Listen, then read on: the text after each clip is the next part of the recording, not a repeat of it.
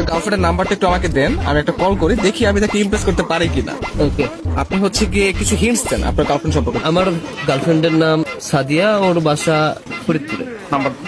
Hello. আসসালামু আলাইকুম। ওয়ালাইকুম আসসালাম, কে আপনি? সাদিয়া বলছেন? জি।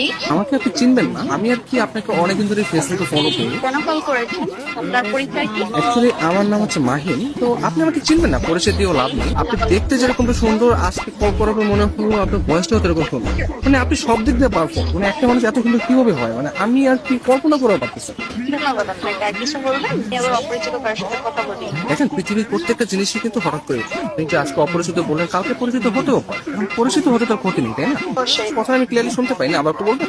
শুনতে পাচ্ছেন না? হ্যাঁ, এখন শুনতে পাচ্ছি। মানে আপনার কথা শুধু আমার কানে না, আমার মনেও পৌঁছে যাচ্ছে। আপনি বলেন। আপনি অনেক ভালো ফ্লার্ট করতে পারেন। আমি কোনো ফ্লার্ট করতেছি না, আমি আসলে মানে সত্যি কথাই বলতেছি। ধন্যবাদ। আপনি কোথায় থাকেন? আসলে ছোটবেলা থেকে আমি অনেক জায়গায় থেকেছি, কখনো ঢাকা, কখনো খুলনা, যশোর, মাদারীপুর। বাট এগুলো সবকিছু না টেম্পোরারি। আমি এখন বর্তমানে পার্মানেন্ট ভাবে নতুন একটা জায়গায় থাকি।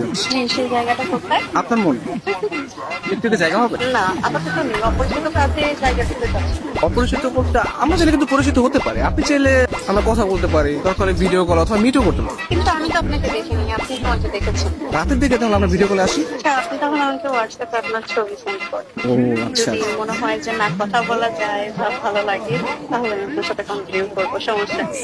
তা আপনি কোন ধরনের ফটো দেখতে যাচ্ছেন? আপনার কিছু ওয়াও টাইপের ছবি দিন, যেগুলো দেখে আমার ভালো লাগবে। আচ্ছা ঠিক আছে, আমি আপনাকে কিছু আমার সত্য সত্য পিক পাঠিয়ে। তার বাচ্চা সুন্দর সুন্দর গান হঠাৎ পিক দিয়ে দিই। কে? আমি তুষার। আমি ফোন দিলে তোর ভাই আছে, তোমার এই ব্যস্ততা সেটা